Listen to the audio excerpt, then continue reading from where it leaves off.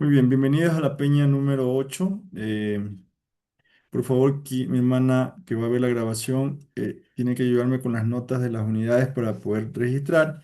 Y el día de hoy pues vamos a hacer un enfoque hacia dos propósitos principalmente. El propósito de entender el contexto de la conocido como protoevangelio por algunos autores, porque en ese momento se profetizó muchas cosas condensadas en un versículo. Nuestra mirada debe estar en Génesis 3, principalmente, aunque no hemos estudiado el Pentateuco, el libro de Génesis, este pasaje es importante para poder desarrollar este estudio, porque aquí se registra un tipo de promesa, que es una declaración profética, que incluye a Jesucristo y que nos incluye a nosotros como parte de esa herencia que se vendría a cumplir más adelante. Pónganse en Génesis 3:15, por favor. Génesis 3:15, que es el objetivo de la primera lección, la lección 8a. El tema de diferenciar qué es lo que pasó aquí, qué es lo que se declaró. Vamos a leerlo desde el capítulo, desde el versículo 14. Y vamos a recordar lo que la lección nos enseñó en cuanto a esta declaración, de quién está hablando, qué es lo que está pasando aquí y sobre todo cuándo se cumplió esta declaración. ¿De acuerdo? ¿Tienen su Biblia por ahí? Déjenme abrir la mía. Génesis capítulo 3. Dice la palabra en Génesis capítulo 3. Voy a leerlo desde el versículo 14. El versículo 14 dice, y Jehová Dios dijo a la serpiente, no, a la serpiente, por cuanto esto hiciste, maldita serás entre todas las bestias y entre todos los animales del campo. Sobre tu pecho andarás y polvo comerás todos los días de tu vida. Y pondré enemistad entre ti y la mujer, y entre su simiente y la simiente suya. Esta te herirá en la cabeza y tú le herirás en el calcañar. Ahora, este es un tipo de promesa que no requiere una condición para cumplirse porque es algo que Dios ha declarado y prometido que va a hacer. Puede ser entendido más como una profecía y a diferencia de las promesas que están disponibles para nosotros, esto se va a cumplir dentro del plan divino, dentro de lo que Dios diferenciaría como medio de gracia para salvar nuestras vidas, para darnos una forma de salvarnos, ¿no? ¿Cuál es el contexto aquí? Pues es el pecado ya entró al mundo por causa de Adán y Eva, y entonces Dios está corrigiendo y tomando ciertas medidas como una expresión de amor hacia la mujer y hacia el varón hacia Adán, y en este caso específico, una protección especial hacia la mujer en función de la influencia de Satanás. Recuerden que al leer Génesis vemos a la mujer interactuando con Satanás, ¿verdad? Es a quien acude primero Satanás, y esa cercanía y esa interacción pues generaron de alguna forma el impacto hacia el pecado que ocurrió y que se transmitiría a todos nosotros. Entonces, esto es algo que se prometió. ¿Qué desglosamos aquí dentro de la lección? ¿Quién es el que está hablando y prometiendo que va a hacer algo en este contexto? El que está hablando es Dios. El que está hablando es Dios. Siempre tenemos que tomar esa perspectiva, ¿no? Dios es palabra de Dios y es una declaración que se va a cumplir más adelante. ¿A quién le está hablando? A la serpiente. A la serpiente, que en este caso implicaría a Satanás. Parece ser que o entró en la serpiente o manipuló a la serpiente, pero simbólicamente representa el carácter que Satanás está allí utilizando. ¿Ok? Eh, ¿Quién es la simiente que se declara aquí? No nombran a Jesucristo, ¿no? Pero ¿a quién está haciendo referencia? Claro, pues, a Jesús, a A Jesucristo. Jesús, ¿no? Noten que dice la simiente entre tu simiente. ¿Y a quién le dice eso? Le dice en relación a Eva. Entonces, es una forma de profetizar el nacimiento virginal, porque ya por biología y era conocido que la mujer no es quien tiene la simiente o la semilla, ¿no? Sino es el hombre quien deposita en la dinámica biológica que Dios diseñó ese proceso. No sé si me explico. O sea, aparentemente parecería un error desde ese momento, porque aún no estaba escrito todo el Nuevo Testamento. Y quienes leían esto, quizás en el tiempo de Moisés, decían, pero ¿cómo la mujer va a tener simiente? O sea, no, debe ser la simiente del hombre, ¿sí? Porque es el hombre quien genera esa descendencia. La mujer no puede hacerlo. No sé si me explico. Entonces, esto apunta justamente a lo que iba a pasar más adelante. ¿Qué cosa? Que Cristo vendría de una mujer, de un nacimiento virginal. ¿Ok? Está escondido allí. ¿De acuerdo? ¿Alguna consulta hasta allí? Ninguna altura. Ok, el tema de herirá en la cabeza. ¿A quién hace referencia? A Satanás. A Satanás. ¿Y el calcañar? ¿A quién hacía A Jesús. referencia? A Jesús. Jesucristo. Sí, es la cruz, que aunque parecería que Satanás ganaba, en realidad era parte del plan que Cristo muriera para resucitar. Entonces, aquí vemos un tipo de promesa que no se cumplió inmediatamente. Pasó muchísimo tiempo. Y su cumplimiento perfecto lo tuvimos hace 2026 años aproximadamente, cuando Cristo murió y resucitó en la cruz y abrió la puerta para poder cumplir esta promesa en toda su plenitud. ¿Ok? Eh, Esto en cuanto a esta descripción. Hay una forma simbólica que habla Pablo sobre este hecho, sobre este cumplimiento en Colosenses 2. En Colosenses 2, lo voy a leer solamente como referencia. Eh, Desde el versículo 8 ya, vamos a leerlo. Mirad, Colosenses 2:8 en adelante. Mirad que nadie os engañe por medio de filosofías y huecas sutilezas según las tradiciones de los hombres, conforme a los rudimentos del mundo y no según Cristo, porque en él habita corporalmente toda la plenitud de la deidad.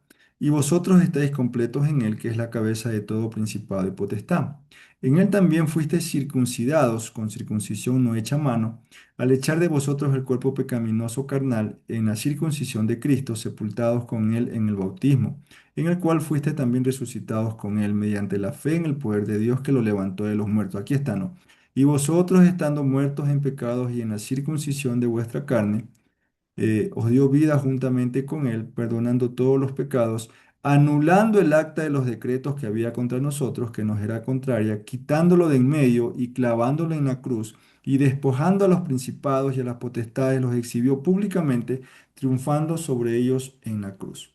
Entonces aquí Pablo describe un evento bélico de triunfo, justamente haciendo referencia a esta muerte de Satanás o esta herida en la cabeza, donde ya nos dio la libertad para nosotros poder proceder. ¿Ok? Hasta allí, inquietudes sobre la lección 8a. No, Arthur. Bien, hay un versículo que quiero que ojalá lo memoricen, según de Timoteo 2:13. ¿Pueden buscarlo, por favor, y pueden leerlo? Según de Timoteo 2:13, que tiene mucho que ver con el tema de las promesas, ¿no? Es muy importante recordar eso. De hecho, ese es un principio que fundamenta las promesas. Segunda de Timoteo 2:13. Ujú. Sí, ¿Qué si dice? fuéramos infieles, Él permanecerá fiel. Él no puede negarse a sí mismo. Es de la naturaleza de Dios. Él no puede negarse a sí mismo, ¿no? Justamente cuando él declaró en la palabra de Dios algo que puede hacer para nosotros, por la fe, por supuesto, y la voluntad propiamente hecha de Dios, sintonizada con la voluntad de Dios, entonces tenemos la confianza de que esa promesa puede ser accesible, porque cuando Dios lo declara, no puede negarse a sí mismo. ¿Sí? Esa es la perspectiva en la cual se basa toda promesa. Como Dios lo declaró y lo dijo, yo accedo a ese dicho o a esa declaración. ¿Ok? Y aquí viene la segunda parte que les voy a pedir que me ayuden para poder diferenciar a ver qué tan claro les quedó. La, Vamos a poner una palabra, la sabiduría en el uso de las promesas tiene que ver con aplicarlas en la necesidad apropiada.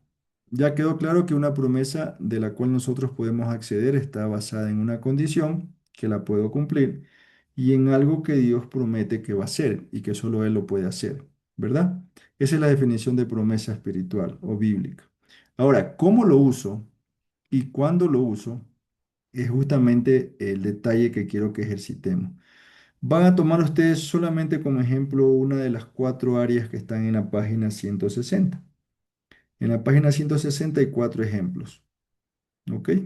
Ahí se habla de 5.000 promesas aproximadamente. Algunos le dan más, otros le dan por ahí en rango.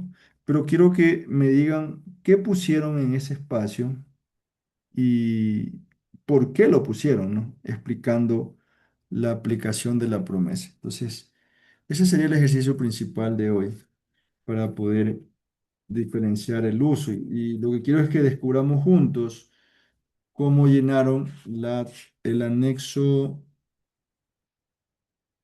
llenaron la pregunta 30, ¿verdad? Pero también llenaron el anexo, perdón, el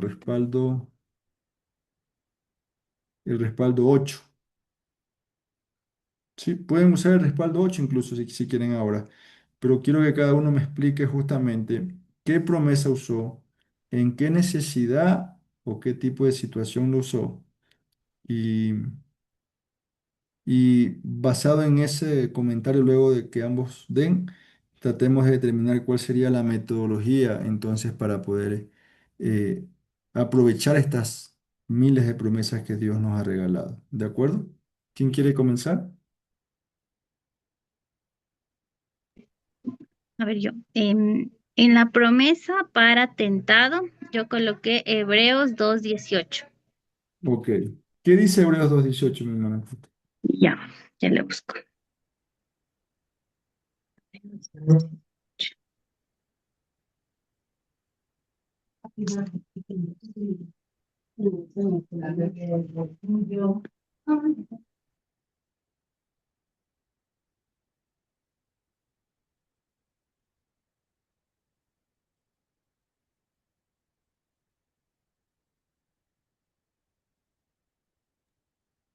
Ya, dice, pues en cuanto él mismo padeció siendo tentado, es poderoso para socorrer a los que son tentados.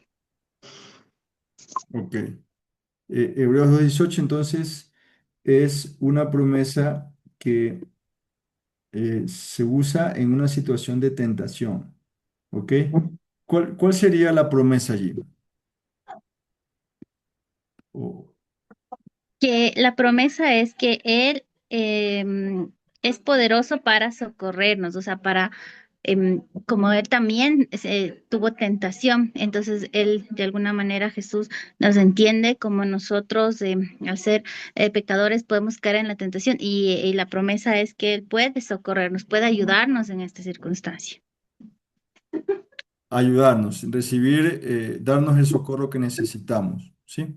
Es poderoso para socorrer a los que son tentados. Entonces, de alguna manera, la condición, ¿cuál sería entonces para poder acceder a esa promesa? Para los que son tentados. Claro, pero ¿cuál sería la condición? Sería acudir a Cristo que ya padeció por tentaciones y sabe cómo socorrerme, ¿sí? Entonces, esa sería. No solamente necesito saber que Él puede ayudarme, sino ir hacia Él para recibir esa ayuda, ¿ok? Entonces, ahí encontraría la forma de poder resistir esa tentación. ¿De acuerdo? Si está claro, más o menos, el ámbito, en qué caso el ámbito sería una persona que está luchando con una tentación. La aplicación o la selección sería en base a esa necesidad. ¿Cómo enfrentar la tentación? Ok. Edison, tu ejemplo.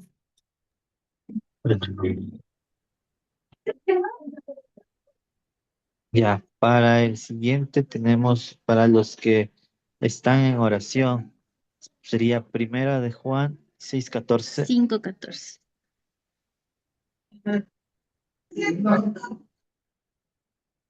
5:14. Ya, me estás hablando de la tercera, ¿verdad? O sea, siendo tentado, habló Catherine y te pasaste ahí mm, orando. ¿De acuerdo? Primera de Juan 5:14. ¿Qué dice Primera de Juan 5:14? Dice, y esta es la confianza que tenemos en Él, que si pedimos alguna cosa conforme a su voluntad, Él nos oye. Esa es Ok. la promesa, que cuando nosotros oramos, Él nos oye. Entonces sería de pronto esta promesa aplicable a quién, alguien que está luchando con quién, con su tiempo de oración, o no está orando mucho, o está, También estaba en el otro contexto en el que dice que también confiamos en Él.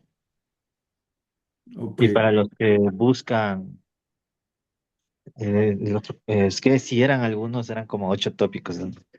Entonces sí, sí entraba en otro. ok, entonces lo que pasa es que ahí solamente aparece la palabra orando, ¿verdad? Entonces yo entiendo que lo que busca aquí es la tentación aquí o la necesidad sería una persona que no quiere orar o que, o que piensa que orar no tiene ningún fruto.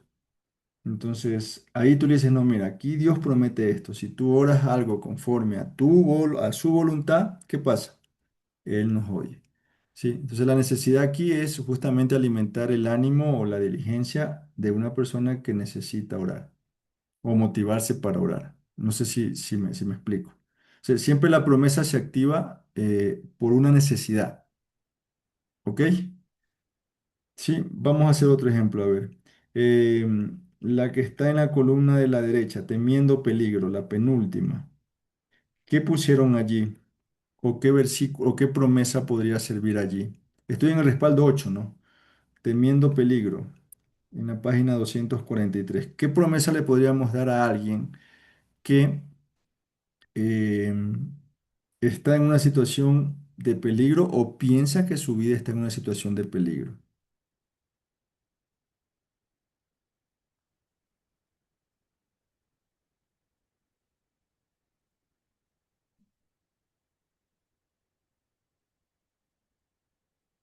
¿Cuál pusieron allí? ¿O no lo pusieron todavía? Sí, sí lo pusimos, le estamos buscando. Allá.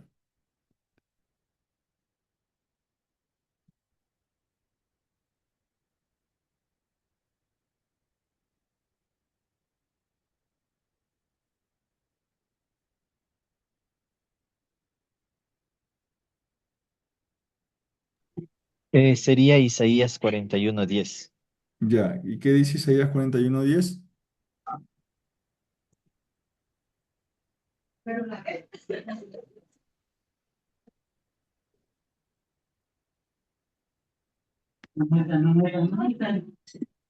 Ya, dice, no temas porque yo estoy contigo, no desmayes porque yo soy tu Dios que te esfuerzo. Siempre te ayudaré, siempre te sustentaré con la diestra de mi justicia. De mi justicia. Entonces ahí es un tipo de principio, ¿verdad? Que obviamente atiende esta necesidad. Si estás en peligro y recuerdas eso, eh, vuelves a ser consciente de que Dios está contigo. No está tan clara la condición en esa promesa, ¿o sí?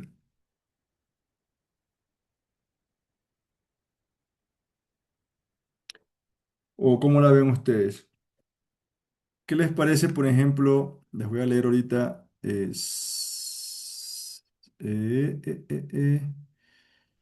Salmos 34:7. El ángel de Jehová acampa alrededor de los que le temen y los defiende. ¿También aplicaría en este caso o no? El ángel de Jehová acampa alrededor de los que le temen y los defiende. Y también aplicaría. También aplicaría, ¿verdad? Entonces, ven el punto. Entonces, hay más de una promesa posible para una necesidad. Hay más de una promesa posible que atiende una necesidad. Entonces, la metodología en este caso pastoral, si queremos llamarle, o para ministrar a una necesidad de cualquier tipo, es tratar de entender bien la necesidad. Cuando entiendo bien la necesidad, luego yo tengo que ubicar adecuadamente la promesa más práctica para esa necesidad. ¿Sí? Y obviamente en fe reclamarla, generalmente en oración. ¿Ok? Ese es el punto clave o más importante dentro de la administración. Cuando ustedes dicen, leyeron en el título de la lección 2, la lección 8, perdón, dice, el uso pastoral de las promesas, ¿qué se les vino a la mente o qué entienden por esa expresión? El uso pastoral de las promesas. Estaba enfocado justamente en todo lo que buscar el versículo, en la Biblia o buscar la palabra de Dios exacta para las diferentes situaciones por las que puede estar atravesando una persona. Que teníamos ahí, por ejemplo, para personas que buscan guía, para personas que están en soledad, que están arrepentidas, personas. Entonces, y claro, la tablita del respaldo que fuimos llenando, eso nos daba una guía. Y incluso algunos que se repetían se llenaron en tres iguales, porque la misma aplicaba, por ejemplo, este que acabamos de leer de Isaías, ese se llenaba en tres, porque era para los que están arrepentidos, para los que están en soledad y también para los que buscan guía. Entonces, justamente es para todos esos casos y nos ayuda para compartir, como también había el ejercicio, decía, piense en una persona que usted cree que puede servir alguno de estos versículos en la situación en la que se encuentra en este momento. Entonces, es justamente, y el también tener esos puntos anotados en la Biblia. Ahora, claro, después de todo este tiempo, ya sabemos con las anotaciones, con lo que hemos ido poniendo en la Biblia, los subrayados y todo eso, nos ayuda a agilitar y conocer Búsqueda. desde la estructura del curso, por ejemplo, las bases de Jesús, de las promesas de Cristo, lo que fue el capítulo anterior, bueno, la clase anterior, que era justamente por qué la de la genealogía de Cristo y por qué Jesús es Dios. Entonces, está todo ahí para poder dar el testimonio vivo de que ahí está la promesa de Dios, bueno, en este caso de este último, y eso les da la guía y la fortaleza a las personas que necesitan escuchar de la palabra. Muy bien. Sí, justo ese es el aspecto, ¿no? Cuando dice ahí uso pastoral, la idea es motivarnos a servir a otros dando una dirección espiritual. En este caso, basado principalmente en promesas. ¿Ok? Ministrar esa necesidad invisible, intangible, con la palabra de Dios a través de diferenciar las promesas. Todos estamos llamados a eso. Y la dinámica en esto es diferenciar muy bien lo que ya ustedes han aprendido, qué es un principio, qué son promesas, cuándo es mandamiento, qué es advertencia. Y viene bien un versículo aquí,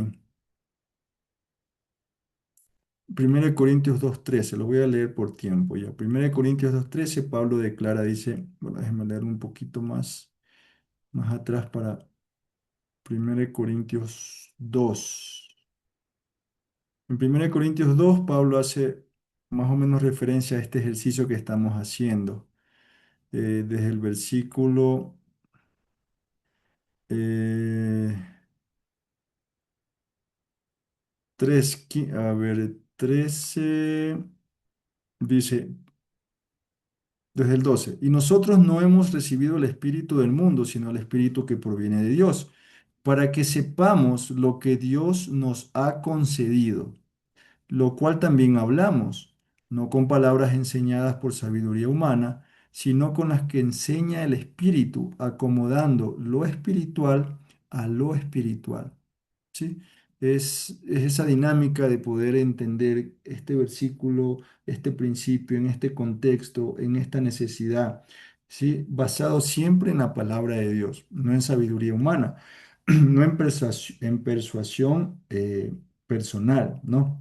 Entonces, siempre tratemos de diferenciar eso, ¿no? Hay algo necesario para esa persona o para esa necesidad. Solo tenemos que pedirle a Dios dirección para saber qué es.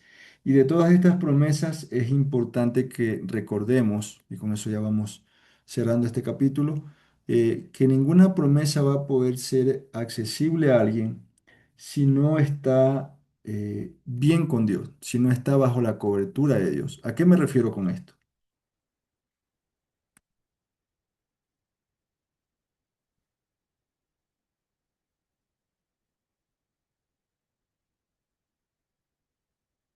Pueden buscar, por favor, el capítulo 15 de Juan, versículo 5, que es una forma de decir lo que yo ya mencioné. Juan capítulo 15 versículo 5.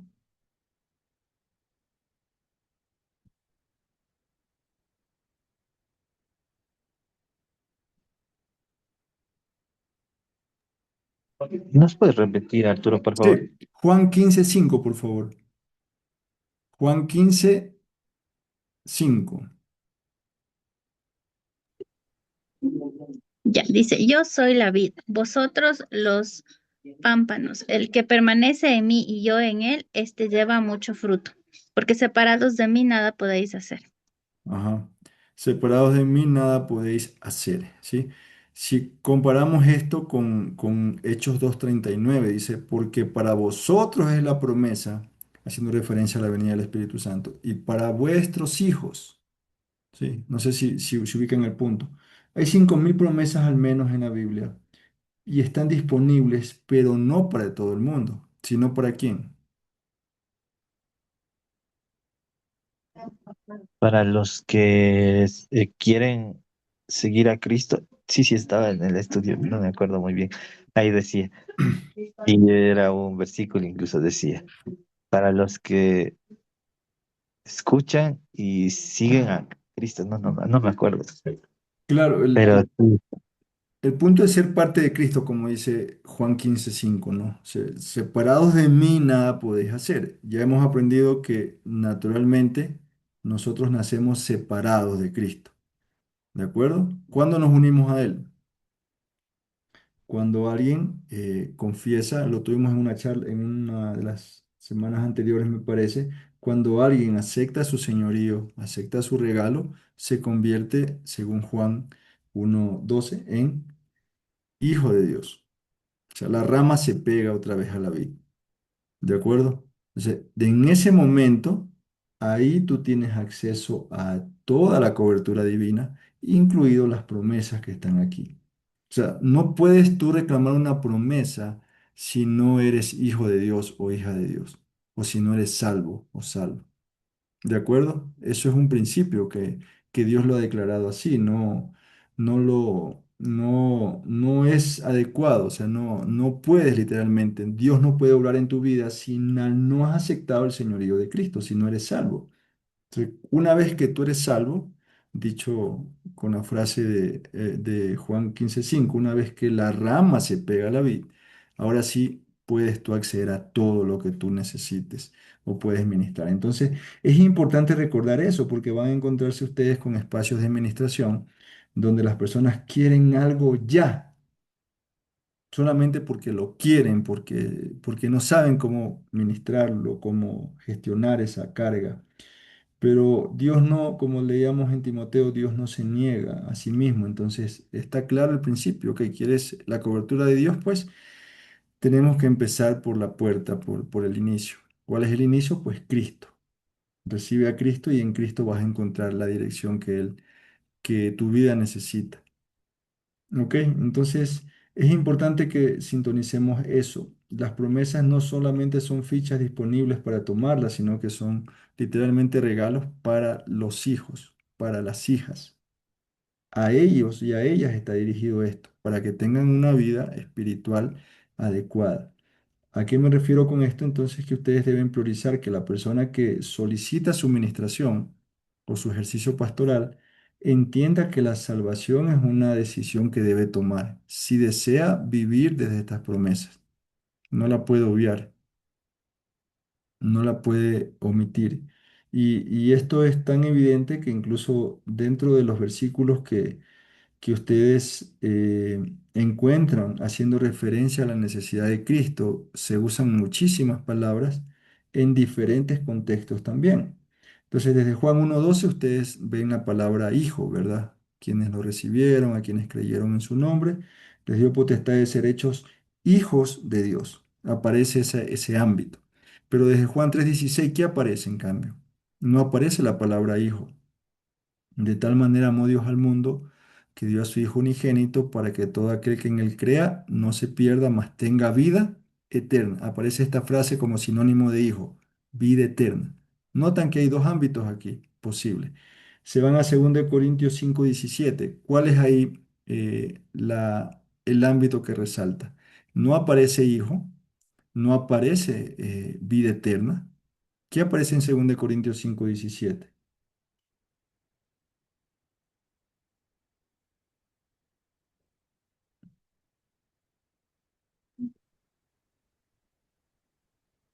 De modo que si alguno está en Cristo, nueva criatura es. Las cosas viejas pasaron, he aquí todas son hechas nuevas. Amén. Es el mismo principio, pero no es desde la perspectiva de hijo, no es desde la perspectiva de vida eterna, sino que es como un nuevo reinicio, o sea, una nueva criatura, pero es el mismo regalo. O sea, y todos tienen a Cristo como centro. En los tres versículos, Cristo, Cristo, Cristo. ¿Ok? Entonces, fíjense cómo el pastoreo implica eso, lo que decía Corintios, lo espiritual con lo espiritual. Entonces, alguien que ya no soporta su vida y ya cree que no tiene salida, ¿cuál de los tres versículos le obsequiarían a ustedes?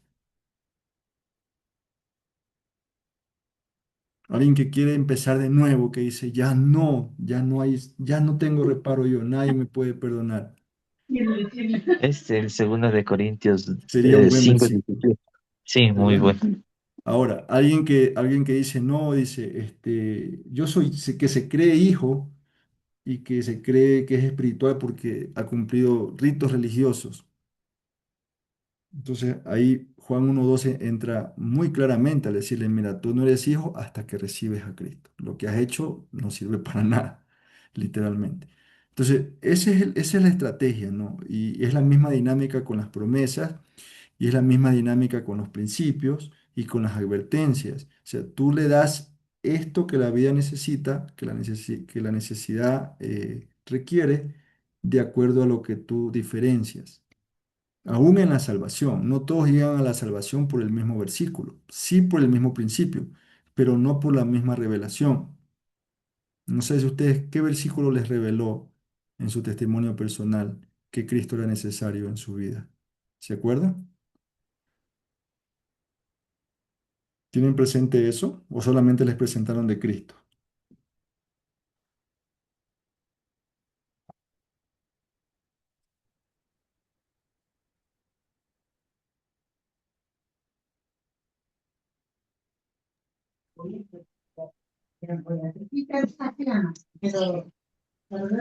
El de, habíamos puesto el de Isaías, bueno, yo había puesto el de Isaías 41:10.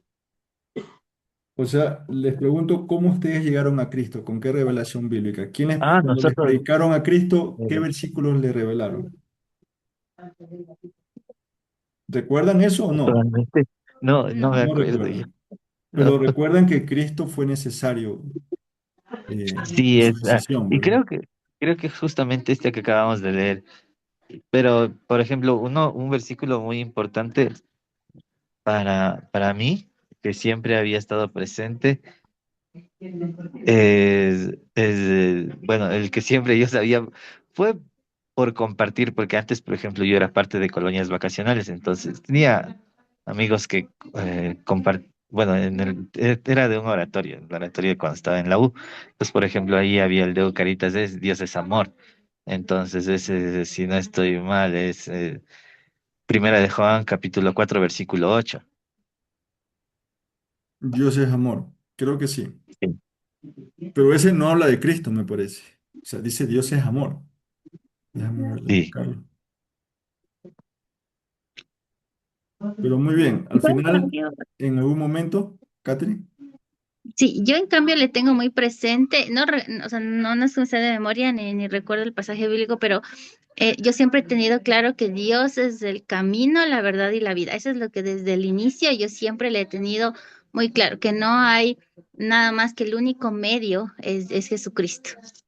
ya, ese es Juan 14:6. Entonces, justamente ese es un buen ejemplo, ¿no? No se habla ahí de vida eterna, no se habla de hijo ni nueva criatura, sino que dice, yo soy el camino, la verdad y la vida. Nadie llega al Padre si no es por mí.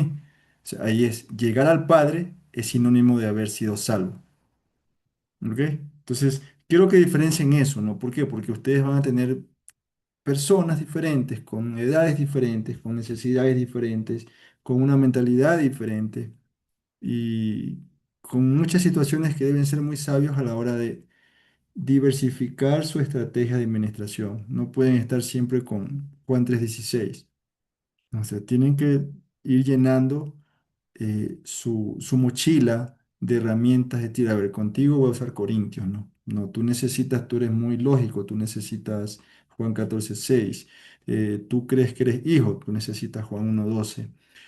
Tú andas en búsqueda de algo profundo, entonces vámonos con Lucas. Necesitan ustedes diversificar eso para que acomoden lo espiritual a lo espiritual en la necesidad que Dios les ponga. Y obviamente eso empieza por ustedes mismos, por nosotros mismos.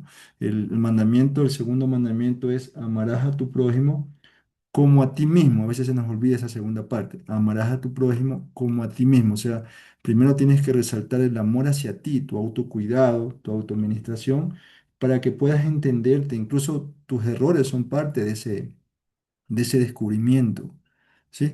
Para que puedas entender las luchas de otros. Sí, es una dinámica, el tema del pastoreo no es una dinámica tan sencilla, es una estrategia que se va puliendo, que se va desarrollando y gran parte de eso es entender y memorizar gran parte de la base bíblica, ¿ok? Entonces es muy importante, por eso es que se les mandó a rayar, si no me equivoco, la palabra P en los versículos de promesas, ¿verdad? Para que la tengan presente cuando necesiten usarla.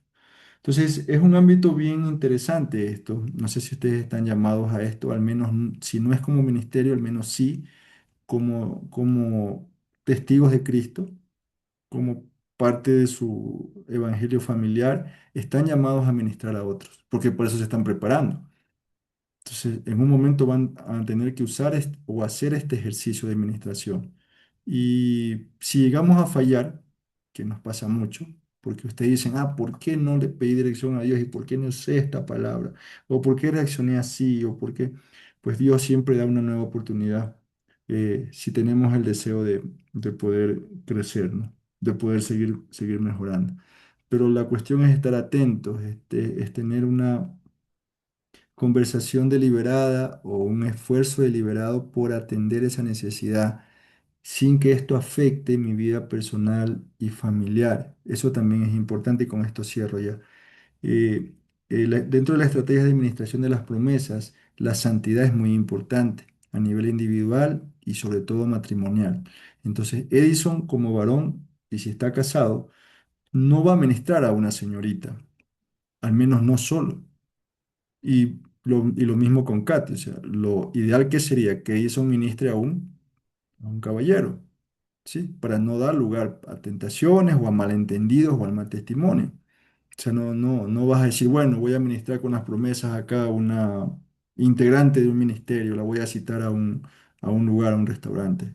No, eso es inadecuado dentro del proceso de administración. O sea, es muy importante el contexto que yo me blinde para que mi administración sea objetiva. Y es mucho mejor si yo estoy casado que mi esposo o mi esposa sepa todo lo que estoy haciendo. Y es más, si es mujer, ¿sabes qué? Yo no lo puedo hacer contigo, pero mi esposa te puede atender esa necesidad. ¿Ok? Entonces, de esa manera, ustedes cuidan el ejercicio pastoral, su santidad, su corazón, su matrimonio, su testimonio. Tantos casos hay de malentendidos que se han dado por estas situaciones. ¿Ok? Entonces, muy atentos con esto. Es algo muy práctico esta lección. Ojalá los haya direccionado hacia un esfuerzo práctico de aquí en adelante. ¿Preguntas? No, doctora, ninguna. Bien, hasta aquí la peña. Déjenme parar la grabación para que mi hermana Corina pueda grabar hasta aquí.